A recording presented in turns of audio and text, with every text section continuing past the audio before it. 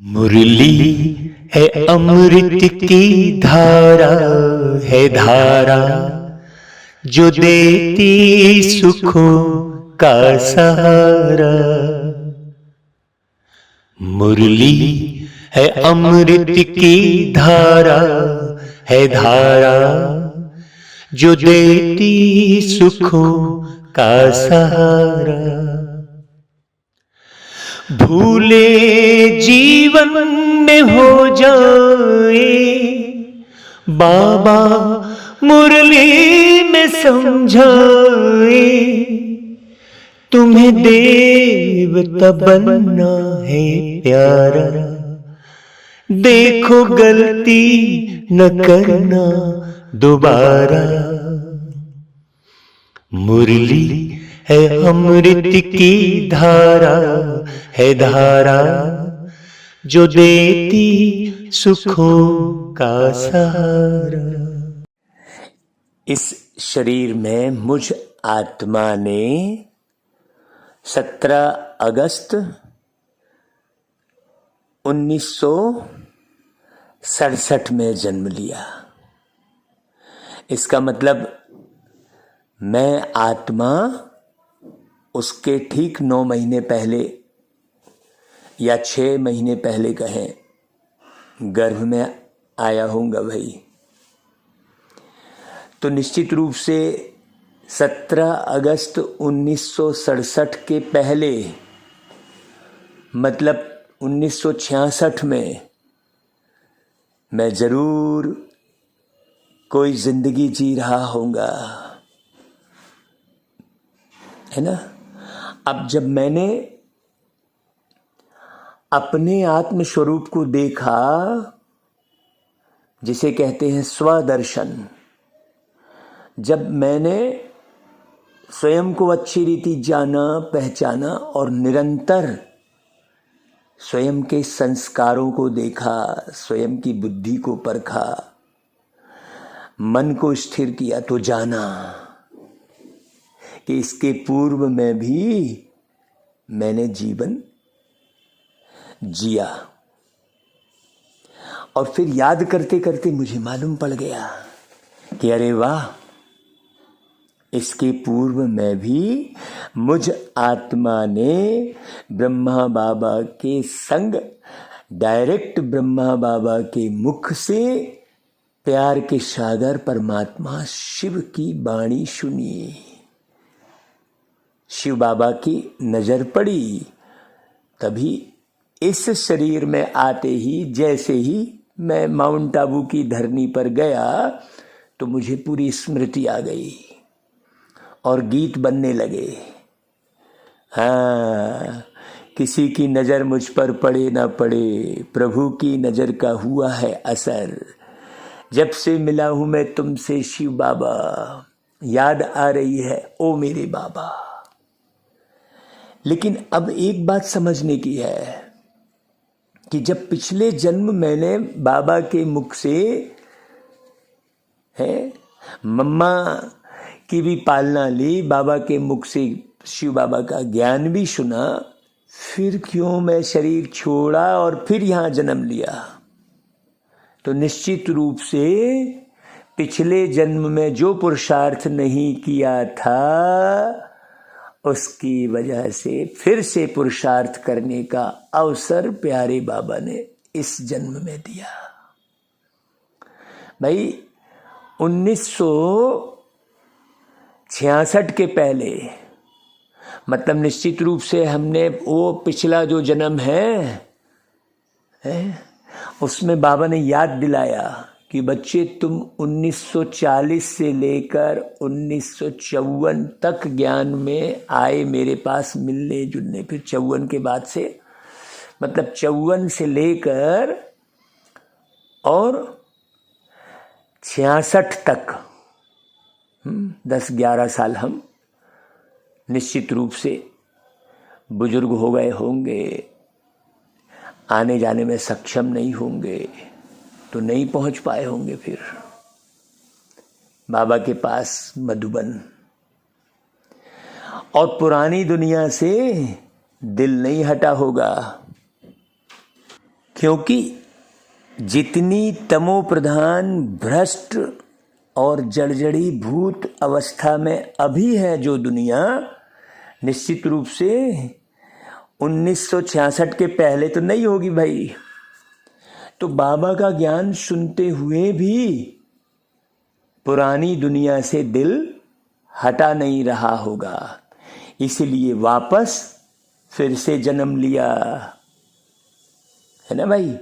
और वापस जन्म लिया तो निश्चित रूप से बाबा के ज्ञान योग में बहुत अच्छी रीति पिछले जन्म में चले होंगे। तो ब्रह्मा बाबा ने अव्यक्त होने के बाद पुनः मुझे पहचान कर यज्ञ में बुला लिया। अब एक एक बात बहुत अच्छी रीति समझना भाई। पिछले जन्म में जो हमने गलती की थी, इस जन्म में सुनने वाले वो गलती ना करें। इसलिए बाबा कहते हैं, मीठे बच्चे, इस पुरानी दुनिया, पुराने मांडवे से अब दिल हटा लो। भाई क्यों दिल हटा लो? क्योंकि तुम्हें प्यारे प्यारे निराकार पारलौकिक परमपिता शिव बाबा के पास जाना है। इसलिए अब घर को याद करो। अब कहीं यहाँ पर किसी से भी दिल अगर जुड़ा हुआ होगा तो फिर वहाँ जन्म ले लेंगे, है ना भाई। और अब तो अंतिम समय चल रहा है, तो अब तो फिर से ब्रह्मा बाबा आपको और फिर से ज्ञान में बुलाएंगे, ऐसा तो है नहीं। अब तो वो दादियाँ भी नहीं हैं। तो इसलिए अब धोखा मत खाना, अब की बार ना धोखा खाना, इन चोरों को दूर भगाना, ऐसे करके गीत गाए थे, है ना भाई। तो जब निरंतर घर को याद करेंगे, प्यारे बाबा को याद करेंगे, है ना, तो ही अवस्था अच्छी होगी। और फिर अपनी अवस्था को अच्छी बनाने के लिए साकार में भी, प्रैक्टिकल में भी कुछ फॉलो करना होता है भाई। तो अपनी अवस्था अच्छी बनाने के लिए किस बात का बहुत बहुत ध्यान रखना चाहिए? तो बाबा कहते हैं भोजन का। और भोजन शब्द कहा है, उसके बाद बाबा ने कहा है कि सेंसिबल बच्चे अपने हाथ से योग में रहकर भोजन बनाएंगे और खाएंगे। अब यहाँ पर दो प्रकार के भोजन हैं, है ना भाई। एक आत्मा का भोजन और एक शरीर का भोजन। दोनों भोजन को संतुलित करना पड़ेगा। सेंसिबल, है ना भाई, जो होश में रहेगा, सेंस में रहेगा, और जो अनकॉन्शियस रहेगा, जिसको सेंस ही नहीं है, जिसको समझ ही नहीं है, वो तो दोनों फॉलो नहीं करेगा। ना तो ये ज्ञान रूपी भोजन को फॉलो करेगा, ना तो वो स्थूल भोजन को फॉलो करेगा। सोचो। तो यहां पर दो बातें बाबा कह रहे हैं। योग में रहकर भोजन बनाएंगे, मतलब समझ समझ के मुरली की पॉइंट को पढ़ेंगे और समझ समझ के धारण करेंगे, और बाबा की याद में वो वाला भोजन भी बनाएंगे। बाबा तो भाई आत्मा को देखकर बात करते हैं ना। तो ब्रह्मा बाबा भी हैं जो साकार में हैं, तो वो शरीर की संभाल करने की भी बात करते हैं, और शिव बाबा है वो आत्मा की संभाल की बात करते हैं। बड़ी गहरी बात है। दो बाबा हैं यहाँ पर। अगर कोई बाबा को याद कर प्रेम से बैठ भोजन बनाए और खाए तो अवस्था बहुत अच्छी हो सकती है। नहीं तो क्या होगा, बनाने वाले की जो अवस्था है, वो भोजन आप खाते हो, यदि बनाने वाले की अवस्था अच्छी नहीं है और वो भोजन आप खाते हो, तो आपको बहुत मेहनत लग जाएगी अपनी अवस्था बनाने में। तो बाबा कहते हैं कि यदि बाबा की याद में भोजन बनाएंगे तो बाबा भी वासना लेंगे। भाई जैसे एक पत्नी अपने पति की याद में भोजन बनाती है कि हाँ भाई अब पति आते होंगे, चलो भोजन बना लूँ, अब समय हो गया इनके खाने का, ऐसा सोचती है ना पत्नी। या बेटे स्कूल गए होते हैं, वो लौटने वाले होते हैं, तो चलो चलो भाई अभी मेरा बेटा स्कूल से लौट रहा होगा, चलो भोजन बना दो। तो याद किसकी रहती है? तो ऐसे भोजन बनाते समय यदि ये याद रहे कि मैं बाबा के लिए भोजन बनाऊं, बाबा आज आप क्या खाएंगे। हम सब्जी लेने भी जाते हैं तो बस बाबा से अंतर बात करते, क्यों बाबा ये सब्जी ले आया हूँ, आपको कौन सी सब्जी पसंद है। तो वही बात कह रहे बाबा कि सर्विसेबल बच्चों को बहुत फुर्त बनना चाहिए। फुर्त मतलब हमेशा याद रहे बाबा की, जहां भी बैठे हो तो बाबा की याद रहे। ऐसा नहीं भूख लगी तो झट जल्दी जल्दी खा लिए, याद ही नहीं आई बाबा की। या कोई चीज खाने का मन किया तो खरीदे और खा लिए उठा के, बस। तो सोचो, तो बाबा कह रहा है कि हर प्रकार की सेवा अपने हाथ से करनी है। तो अब हाथ दो प्रकार के हो गए, एक स्थूल हाथ और दूसरा बुद्धि रूपी हाथ। तो जो भी मनन चिंतन करना है उसमें अपनी बुद्धि भी लगाना है। ऐसे नहीं कि हम कोई समझाएगा तो हमें समझ में आएगा, अपनी समझ भी विकसित करो। तो मुरली को उस तरीके से पढ़ो। ऐसा नहीं कि हम किसी ने मुरली एक लाइन से पूरी पूरी वैसी की वैसी सुना दी और आपने सुन ली, हाँ ठीक हमने मुरली सुन ली, उस पर ध्यान ही नहीं दिया कभी। और ऐसा भी नहीं कि हम अर्थ सहित मुरली सुना रहे हैं तो बस हमारी ही मुरली का इंतजार हो रहा है। नहीं, आप पढ़िए अच्छे से भाई, अपनी बुद्धि रूपी कलम को भी चलाइए, अपने बुद्धि रूपी हाथ से भी सेवा कीजिए। बाबा कह रहे हैं दो बातें चल रही हैं यहां पर, है ना भाई। हाँ, हमारे दिल से तो वो गीत निकलता है भाई कि मुझको सहारा देने वाले ये दिल कहे तेरा शुक्रिया। अब हमें तो होश ही नहीं था कि हमने पिछले जन्म में ऐसे ब्रह्मा कुमारी में जाकर और बाबा का ज्ञान सुना था, पता ही नहीं था। बाबा ने आकर फिर से सहारा दिया और फिर से याद दिलाया कि बच्चे तुम ऐसे गीत गाते थे, तुम ऐसे कलाकार हो, तो हम तो पड़े हुए थे कहाँ से कहाँ। सोचो, ये बात बड़ी अच्छी है कि हम जो फिल्मी गाने सुनते थे इस जन्म में, तो वो भी ज्ञान वाले ही पसंद आते थे। जब हम अभी गौर करते हैं तो पता लगता है, तो मालूम पड़ता है। तो अपने संस्कारों की जांच करके आप अपने कई जन्म देख सकते हैं। आप अपने अच्छे से संस्कारों की जांच कीजिए, अपने अंदर के विचार जो चल रहे हैं उसे गौर कीजिए कि कैसे विचार चल रहे हैं। क्या सारे दिन में आपको सतयुग की रहन सहन, सतयुग का खान पान, सतयुग की बोली वाणी, सतयुग की दृष्टि वृत्ति सारे दिन में एहसास हो रही है क्या? अगर एहसास हो रही है तभी आप सतयुग में आएंगे। ऐसे नहीं कि हम 50 साल से ज्ञान में चल रहे हैं तो सतयुग में आ जाएंगे, क्योंकि आपको स्मृति ही नहीं रहेगी तो आप कहाँ से आएंगे सतयुग में? केवल सुन लेने से थोड़ी हो जाएगा। ऐसे तो हम ढेर सुनते रहते हैं, लंदन की बातें तो अमेरिका की बातें तो चले थोड़ी गए। सोचो, जान तो हम सबको रहे हैं, अमेरिका को भी जान रहे हैं। जाने के लिए पुरुषार्थ करना पड़ेगा भाई, उतना धन जमा करना पड़ेगा, वैसा प्रोग्राम बनाना पड़ेगा कि वहां जाएंगे कैसा करेंगे। उसी प्रकार सतयुग में आने के लिए भी वैसा ज्ञान धन जमा करना पड़ेगा। जैसे अमेरिका जाने के लिए वहां की करेंसी लेनी पड़ेगी, उसी प्रकार सतयुग में जाने के लिए वहां के संस्कार रूपी करेंसी लेने पड़ेंगे अभी इसी संगम में। तो बच्चों प्रति बाबा बैठ समझाते हैं और बच्चे जानते हैं कि हम आत्माएं परमपिता परमात्मा बाबा से सुन रही हैं। भाई ये अच्छी रीति जान रहे हैं कि नहीं? नहीं तो सुन तो ऐसे बहुत रहे हैं, लाखों लोग सुन रहे हैं, लेकिन अंदर में ये बात ही अलग हो गई। नहीं तो मुरली सुन रहे हैं बस।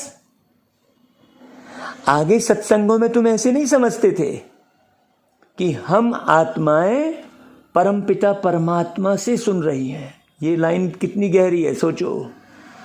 ऐसे तो हम संत मुरारी बापू के प्रवचन सुनते थे और वो श्री राम कथा जो सुनाते हैं, जो मंदाकिनी दीदी हैं, ऐसे उनके गुरु राम किंकर जी, ऐसे न जाने कितने के हम सत्संग सुनते थे। लेकिन कभी ऐसा थोड़ी होता था कि हम परमपिता परमात्मा से सुन रहे हैं। और अभी भी यदि ये नहीं हो रहा है तो कोई काम का नहीं है भाई आपका मुरली सुनना, आप आगे नहीं बढ़ सकते। ये नशा रहेगा तो कितने ओढ़े रहेंगे आप, सोचो। इस देह दुनिया दौलत से वैसे ही अलग हो जाएंगे आप, मेहनत ही नहीं रहेगी। बाबा की ये लाइन यदि आपने अच्छी रीति समझ ली तो यहां बच्चे बाबा के और बाबा बच्चों के सम्मुख है, ये बात ही अलग है। बाबा निराकार हैं तो आत्मा बच्चे भी निराकार ही है ना भाई। अब सोचो कि निराकार रूप में बैठकर मुरली सुन रहे हो क्या, कि नहीं इधर उधर की बातें याद आ रही हैं, आड़ा टेढ़ा हो, मेरे लिए ऐसा बोल रहे हो, उनके लिए ऐसा कर रहे हो, वो भाई ऐसा मुरली चला रहा है, वो बहन ऐसी मुरली चला रही है, उसको ऐसा नहीं बोलना चाहिए। ये कई किस्म की जो ये निराकार अवस्था नहीं कहलाएगी। बाबा कह रहे हैं कितने ढेर के ढेर बच्चे हैं, तो ढेर के ढेर बच्चे हैं, ये शब्द बाबा के बगैर और कोई कह सकता है क्या? बोलो। वही हमने कहा कि हम राम किंकर जी का प्रवचन सुनते थे, उन्होंने तो कभी नहीं बोला कि कितने ढेर के ढेर बच्चे हैं मेरे, ऐसा तो कभी नहीं बोला। तो जो बाबा के सम्मुख ब्राह्मण ब्राह्मणियां हैं उनको ही बाबा बैठ समझाते हैं। जो ब्राह्मण ब्राह्मणियां हैं, जो निंदाचारी में लगे हैं, सेकंड भी इस ब्राह्मण की निंदा किए, उस ब्राह्मणी की निंदा किए, उसकी बुद्धि ले गए, उधर बुद्धि ले गए, तो उनको तो बैठ बाबा समझाते ही नहीं है। सोचो। बाकी तो तुम जानते हो भाई, इस समय सब पाप आत्माएं हैं, यह कोई पुण्य आत्माओं की दुनिया नहीं है। पाप और पुण्य बात अलग हो गई है, और बाबा के ज्ञान को समझकर उस रीति चलने की उत्कंठा वो अलग हो गई। उत्कंठा भी है और अपने परसेंटेज भी चेक कर रहे हैं। बाकी पुण्य आत्माओं की दुनिया तो सतयुग को कहा जाता है। अभी तो कोई पुण्य आत्मा नहीं है, तो किसी की निंदाचारी करने की आवश्यकता ही नहीं है। जब बाबा ने स्पष्ट कह दिया कि सब पाप आत्माएं हैं, तो किसी के बारे में सोचने की जरूरत ही नहीं है भाई।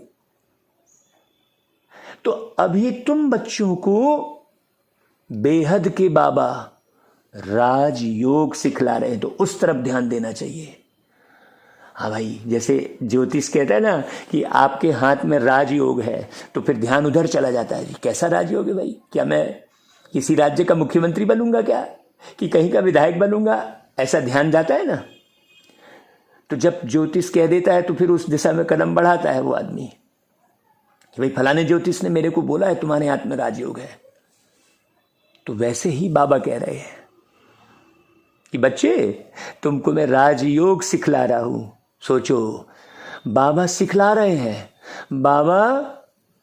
बाबा वैसे ज्योति हैं। बाबा यहाँ के ज्योतिष के हिसाब से बात नहीं कर रहे हैं, ज्योतिष तो बोल देगा, लेकिन बाबा तो यहाँ राजाई दिलाने की मेहनत खुद कर रहे हैं। सोचो। तो अब बाबा कहते हैं राजयोग में अब क्या सिखला रहे हैं, बिल्कुल मुख्य पॉइंट समझना कि राजयोग में बाबा क्या सिखला रहे हैं कि बच्चे इस पुरानी दुनिया में देह सहित जो कुछ है उनको भूलना है, तब तुम राजयोग सीख पाओगे भाई। और तुम बार बार देह, दुनिया, दौलत, देह के श्रृंगार, देह का शौक, देह के साथ जुड़े पदार्थ, उसी में डूबे रहोगे। नहीं, बाबा कहता है उनसे वैराग्य आना चाहिए। और कौन सा वैराग्य? बेहद का वैराग्य, अंदर से न्यारे। संभालना सब कुछ है। हाँ, तुमको कोई जंगल में नहीं जाना है, रहना गृहस्थ व्यवहार में ही है, परंतु इस पुरानी दुनिया से दिल नहीं लगानी है। हाँ, कि फलाना सीन देखने की इच्छा हो रही है, दिल हो रहा है किसी से बात करने का दिल हो रहा है, किसी को देखने का दिल हो रहा है। नहीं भाई, आवश्यकता अनुसार आप किसी से मिल रहे हैं, जुल रहे हैं, वो अलग बात हो गई। तो वैराग्य का मतलब बड़ा गहरा। हाँ, किसी से लगाव भी नहीं और किसी से बैर भी नहीं, बड़ी गहरी बात। नहीं तो फलाना व्यक्ति बहुत अच्छा है भैया, मैं तो उसी के साथ रहूंगा बोले, तो ये भी नहीं। वैसे तो सब आत्माएं अच्छी हैं परम धाम में रहने वाली, लेकिन अभी यहां पर जो है, हाँ, सब पाप की दुनिया है, कह रहे बाबा। ये कलयुग का मांडवा है। इस मांडवे में जब सतयुग था तो देवी देवताओं का राज्य था, वो समय याद करो। तो कौन थे भाई उस देवी देवताओं में? हम ही थे ना भाई। तो बाबा जो बोल रहे हैं कि राज्य था तो खुशी होगी ना भाई। तो इसी मांडवे में उन्हों का पार्ट बचता था।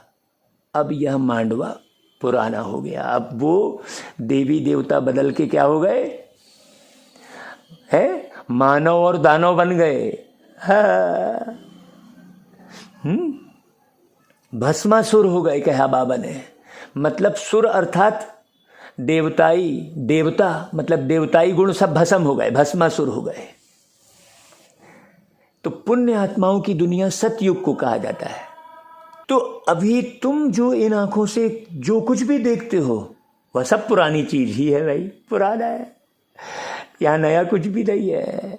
यह 84 जन्म पूरे करने हैं तो इस पुरानी दुनिया से दिल नहीं लगानी है। हाँ, नहीं तो फिर जन्म यही होगा। अब गए, फिर जन्म होगा, फिर विकार में जाओगे, गई नहीं आत्मा, पूरी स्वाहा हो गई ना भाई। तो दिल नहीं लगानी है इस पुरानी दुनिया से, दिल लगानी है नई दुनिया से, जिसकी स्थापना बाबा कर रहे हैं, जिसके बारे में बाबा रोज बता रहे हैं। तो अब तो यह पुराना शरीर छोड़कर भाई हमको वापस जाना है, तो खुशी रहनी चाहिए। बाबा हमको फिर से वापस ले जाने के लिए आए हैं, फिर से हमको स्वर्ग में जाकर पार्ट बजाना है। वाह, गोया गृहस्थ व्यवहार में रहते ममत्व मिटा देना है। हाँ, ऐसे नहीं कि किसी की सेवा नहीं करनी है, किसी के ऊपर ध्यान नहीं देना है। नहीं भाई, बहुत अच्छे से और बल्कि सेवा करनी है, खूब अच्छे से ध्यान देना है। बाकी तो बाहरी जो दुनिया है, पुरानी दुनिया, उसको तो कब्रिस्तान बनना ही है। लाशों का ढेर दिखाई देगा। नाटक के एक्टर्स जब पार्ट पूरा करते तो फिर घर याद पड़ता है कि नहीं भाई? वैसा ही है ये दुनिया का नाटक, कहते हैं ना भाई, गीत है ना, है ये नाटक है दुनिया। तो तुम भी जानते हो, हम ब्राह्मणों ने 84 जन्मों का पार्ट बजाया भाई।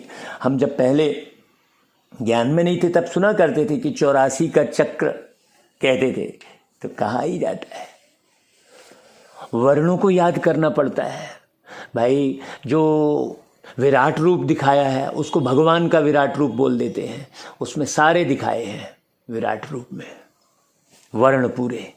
तो वर्ण अलग बात हो गई ना, और धर्म अलग बात हो गई। अभी देखो, हिंदू धर्म कहते हैं, लेकिन उसमें कितने वर्ण हैं हिंदू धर्म में ही? सोचो, तो वर्ण को भी समझना ना भाई। तो शिव बाबा बैठ फूलों को देखते हैं। अभी सोचो, कौन से फूलों को देखते होंगे भाई? जो गुणों की खुशबू से सदा महक रहे हैं। इतना सा भी अवगुण नहीं आ रहा है।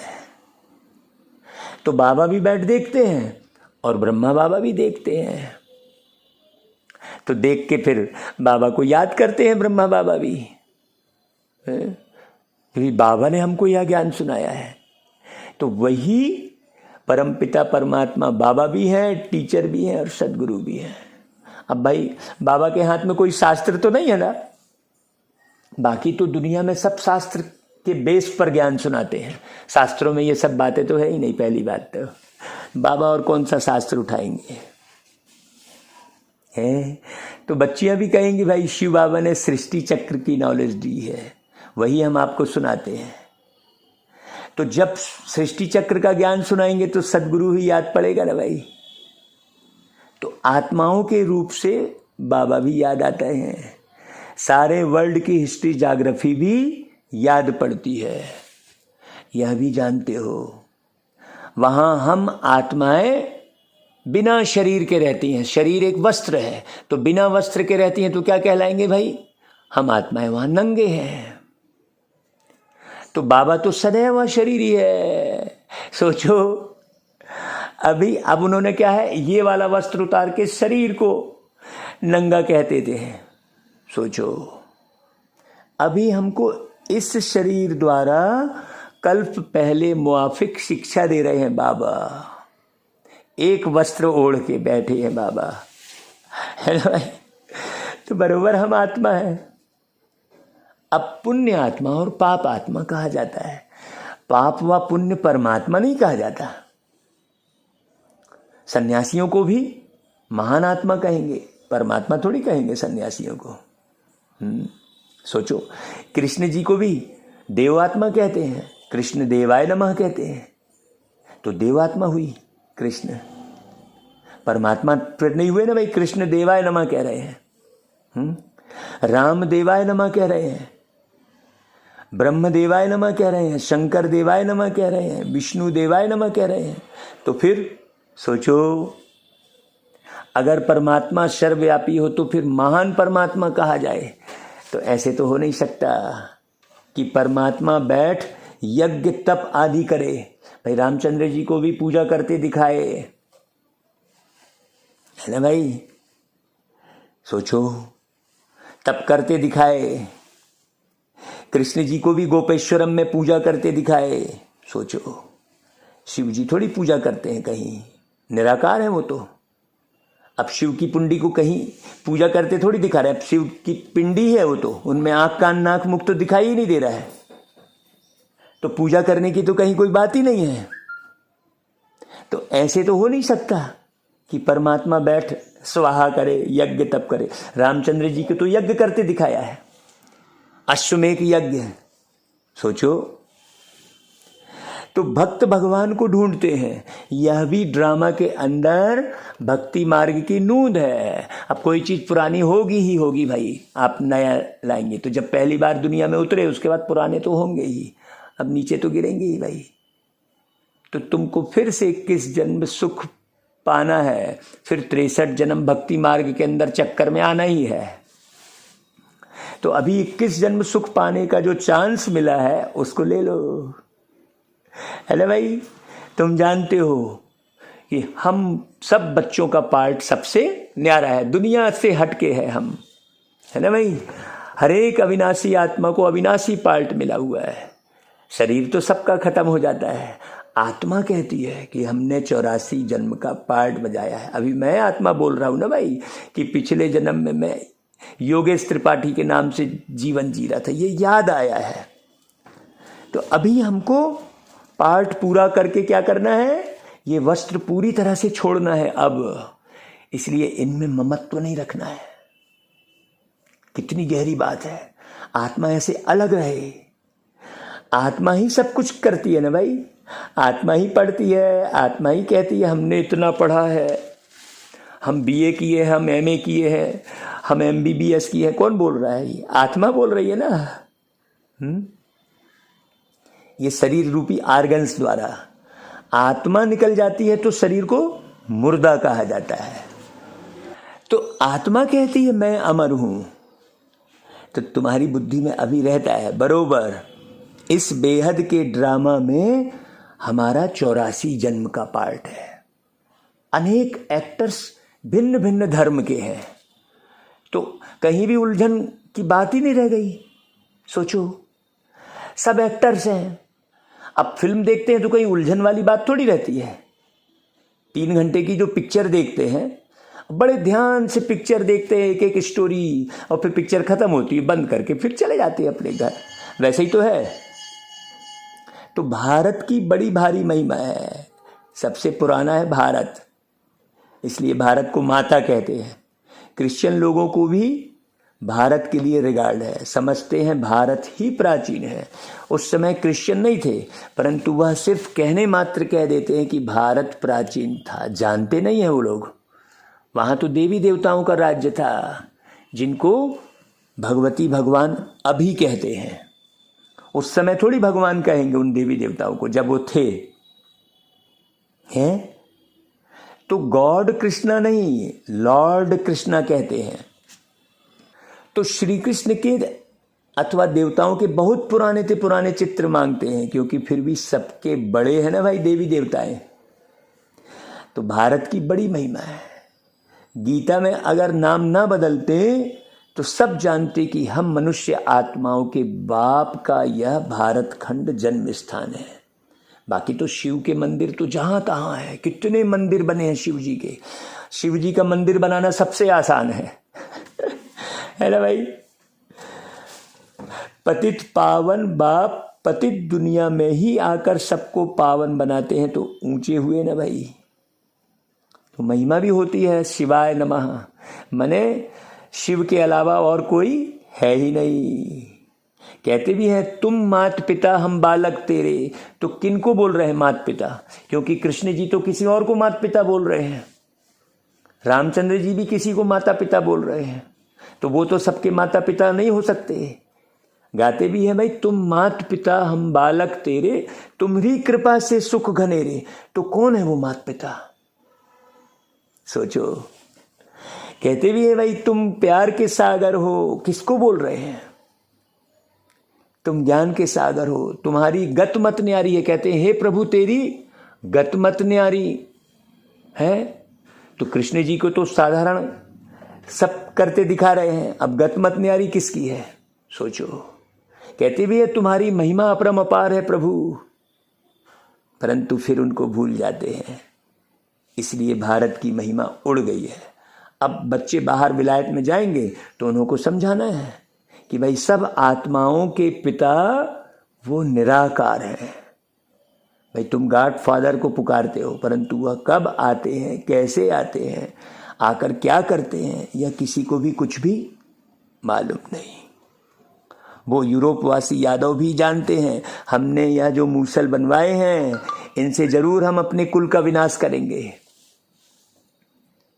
महाभारत लड़ाई मशहूर है, तो सामने तो भाई बिल्कुल मौत खड़ा है। भारत प्राचीन है तो उसके मददगार भी बहुत बनते हैं।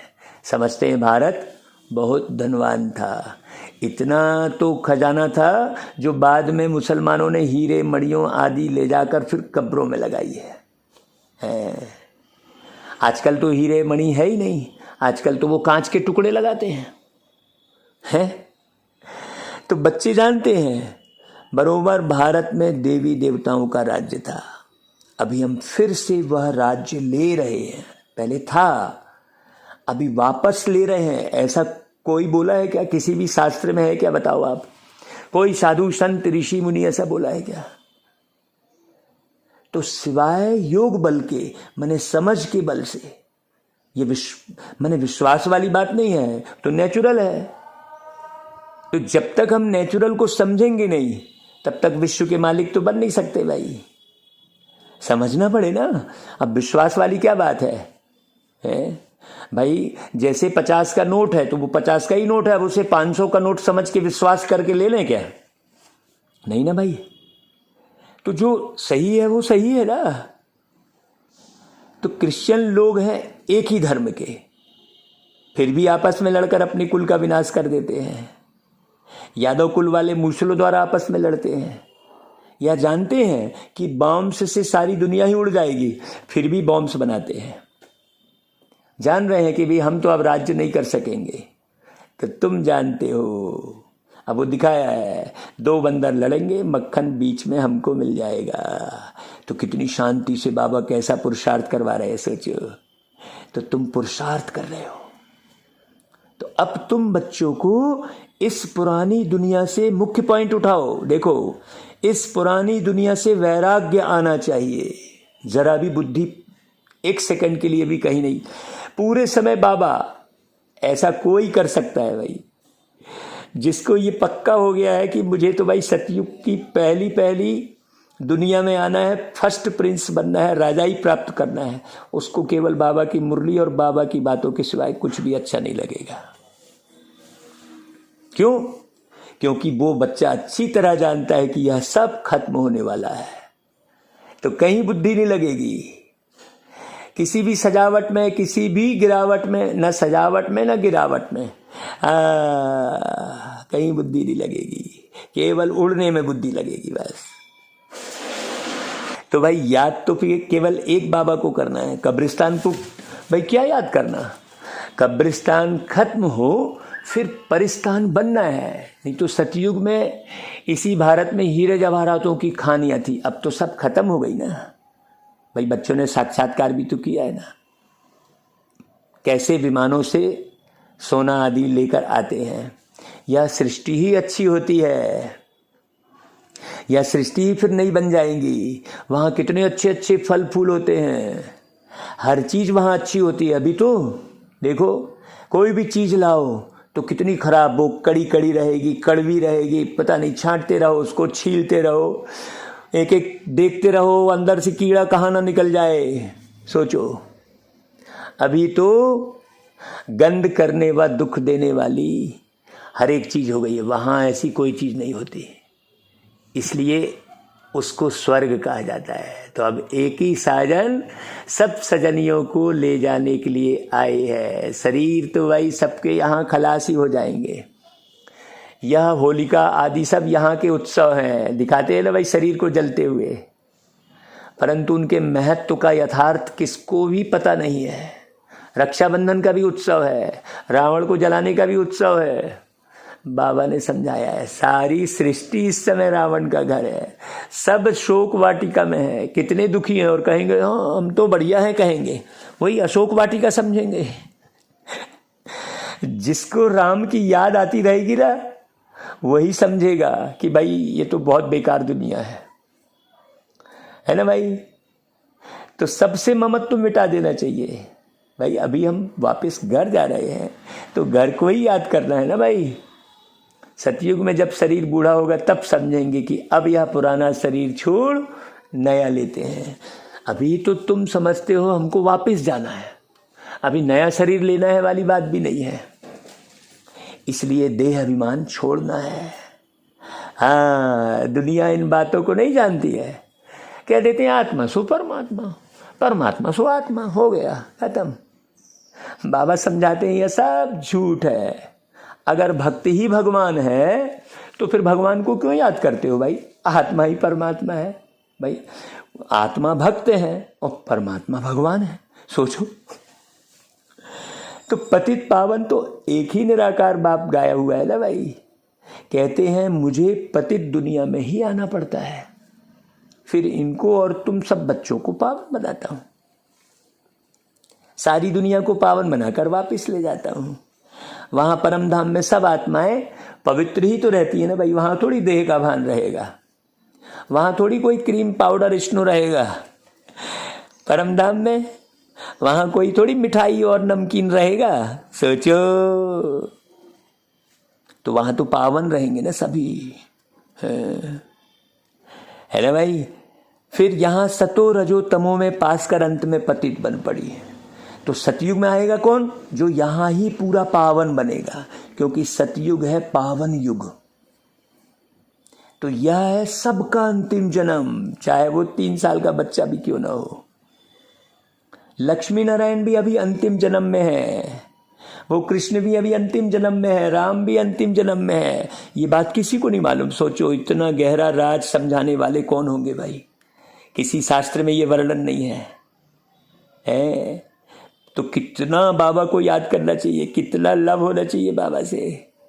पतित पावन एक ही बाबा है। इस सृष्टि चक्र को समझना तो बहुत सहज है भाई। माताएं भी इस गोले पर अच्छी रीति समझा सकती है, इसमें सिर्फ बुद्धि की समझ चाहिए।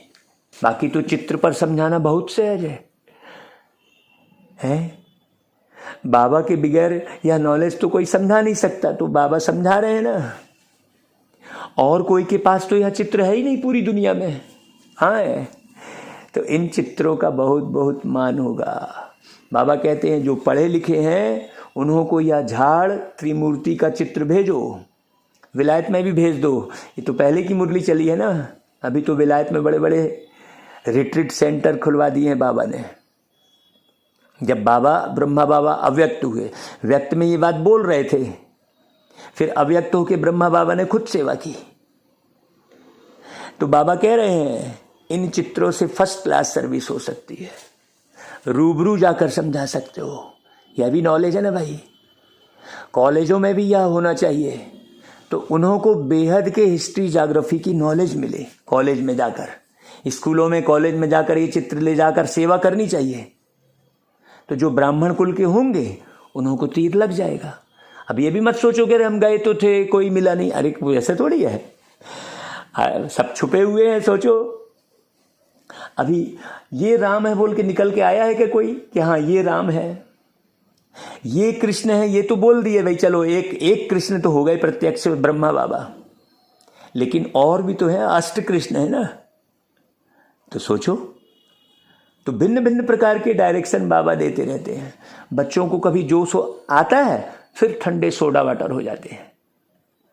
बड़ी बड़ी यूनिवर्सिटीज में यह चित्र दे दो, बाबा कह रहे हैं चित्र जाएंगे तब तो किसको तीर लगेगा ना भाई। विलायत के बड़े बड़े आदमियों को भी फ्री में दे दो, बाबा कह रहे हैं। बेहद के बाबा कहते हैं तुम फ्री दे सकते हो, बैठे हैं बाबा है, परंतु ऐसे नहीं कि ट्राम व बस में जो भी मिले उनको देते रहो, नहीं, लायक भी देखना है, वो परख शक्ति हमारे अंदर होनी चाहिए। इसमें बड़ी अच्छी नॉलेज है, बड़े बड़े दुकानों पर भी दे सकते हो, मेहनत करनी चाहिए ना भाई।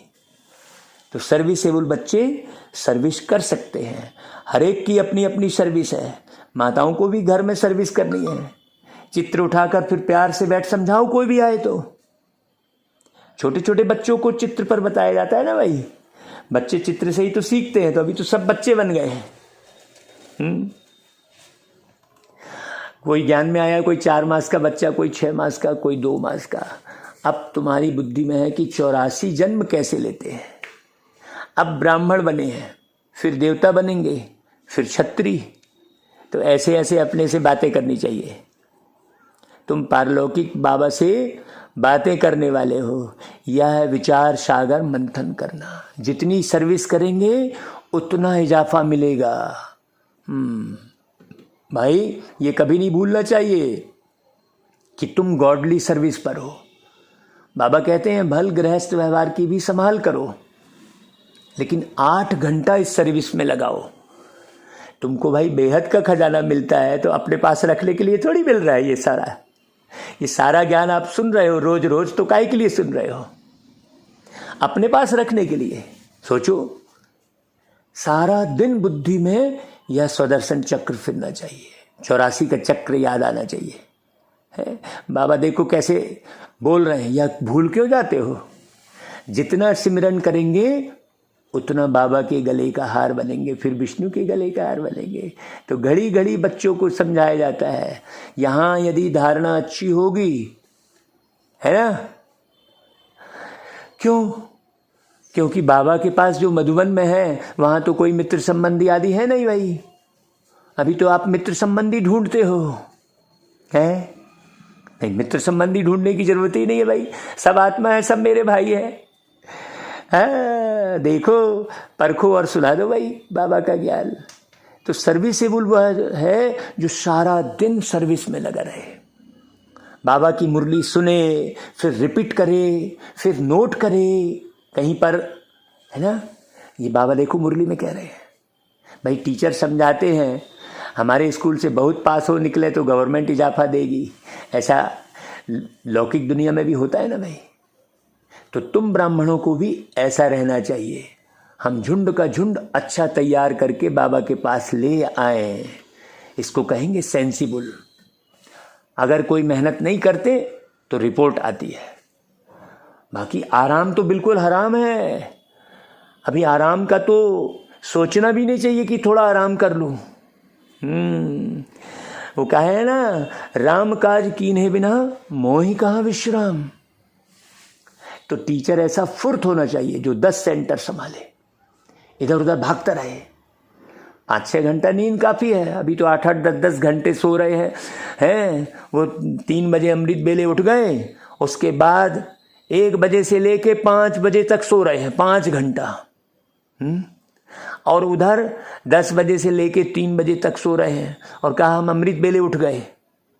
सोचो बाबा मुरली में कह रहे हैं 5-6 घंटा नींद काफी है। जब बाबा कह रहे हैं ना भाई, आत्मा को संभालना है ना, बाकी मेहनत करनी चाहिए। अच्छे सेंसिबल बच्चे कोशिश कर भोजन भी अपने हाथ से बनाएंगे, मतलब मनन चिंतन पूरा अपना करेंगे भाई, अच्छी रीति। हाँ, और स्थूल भोजन भी ऐसे नहीं कहीं का भी खरीद के खा लिए उठा के, किसी के भी हाथ का, चलो इच्छा लगी, हाँ चलो लाओ, चलो हो गया। ध्यान ही नहीं कि नहीं हमको नहीं खाना है किसी के हाथ का। भाई बाबा बोल रहे हैं, बाबा को याद कर प्रेम से बैठ भोजन बनाए और खाए तो अवस्था बहुत अच्छी रहेगी।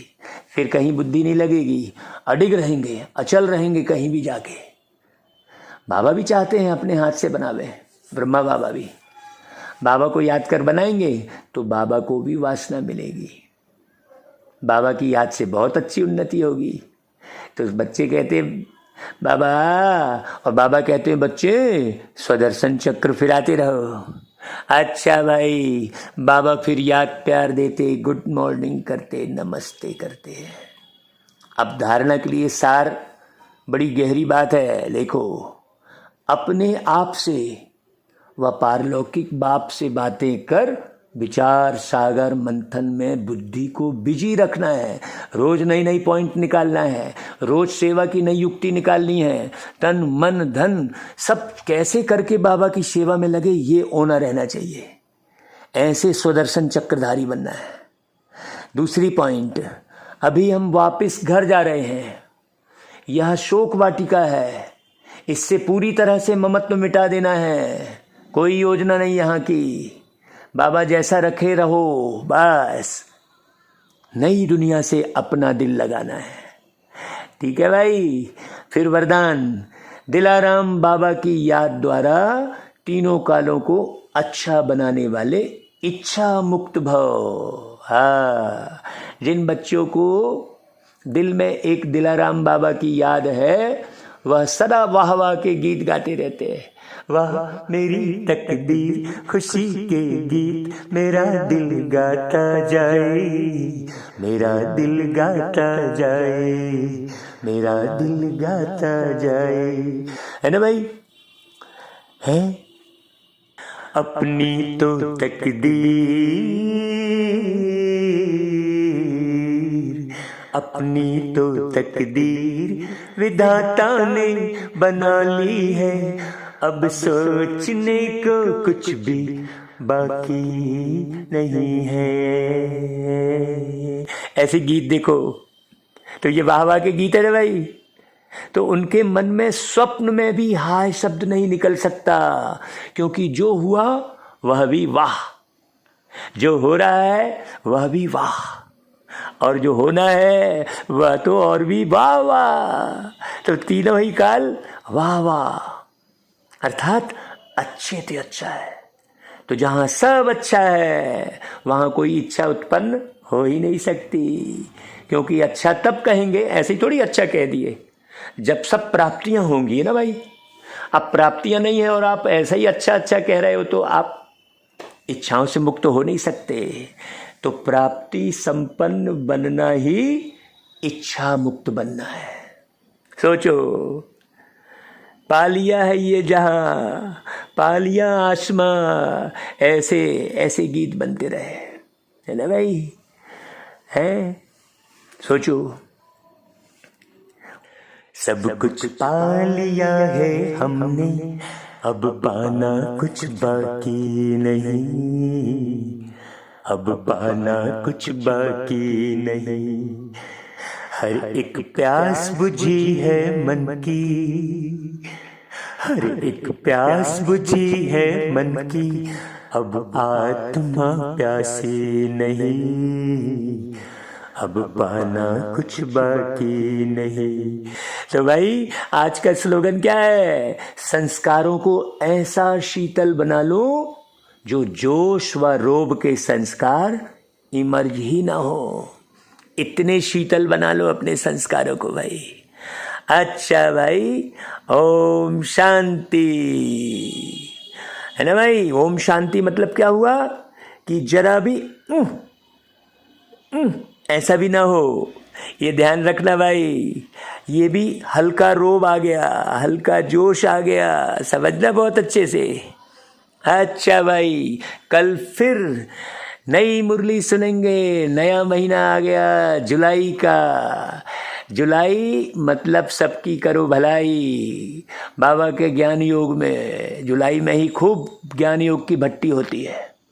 तो कल हम सुनेंगे भाई कि अपने ही तन मन धन से इस भारत को पावन कैसे बनाएं, उसकी सर्विस कैसे करें, है ना भाई। कल 1 जुलाई की मुरली में सुनेंगे। तब तक के लिए ओम शांति।